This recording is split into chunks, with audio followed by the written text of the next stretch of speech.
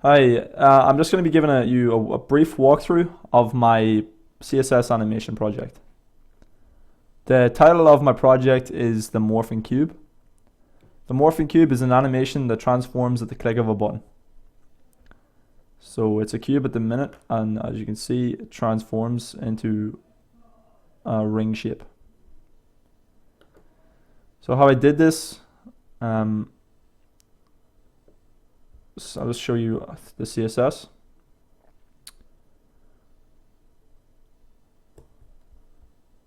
Okay, so here at the beginning we can see the background colors and the font types. This here WebKit gradient radial, what it does, it displays smooth transitions between the selected colors of the actual background. And there's some divs, container stage, shape, plane, which is the box shape, the outer box, where I've got the images. These here images. These images are on the plane, which is just a white canvas basically. And here's where the bulk of the actual CSS animation is. So we've got the WebKit transform. But before I start talking about these, this entire animation is basically built off CSS 3D transforms. What these are, these allow you to position elements, and in my case the elements are images on the plane. They allow you to position them on the page in three-dimensional space using CSS. So here we have got the cube styles. And the cube styles are what the CSS animation looks like at the very beginning in its prime state, which is a cube.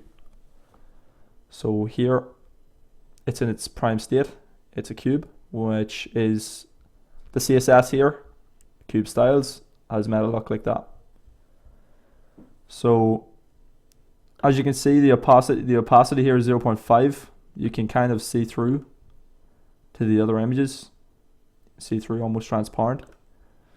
We got WebKit transform here. What a WebKit transform is, it basically positions or scales. It moves the element basically, and it moves the element, and here's the scale 3D, which scales the element in size. So this stands for X. These two digits here are for X. This is Y and this is Z. X being horizontal, Y being vertical, and Z being towards the viewer. So here it rotates X 90 degrees, which makes it spin around, and translates Z 100 pixels, which makes the image 100 pixels in size, which makes it look like the image is moving towards the viewer. This happens over and over. It's a repeated process throughout the entire cube styles, but the degrees change, and so do the scales to suit the sizes of the images, because as they rotate, they decrease in size, and the closer they become towards the viewer, the larger they become. So here are the ring styles. These are pretty similar to the cube styles in the sense that they rotate and increase in size. But so ring 1, it starts off on translate Z. And what translate Z basically does, translate Z affects the scale of Z, which Z stands for the size of the image towards the viewer. So at the beginning it starts off on 380 pixels. That's the very first ring or image. So here we can see, I toggle the shape. This image is at 380 pixels. Continuously moves.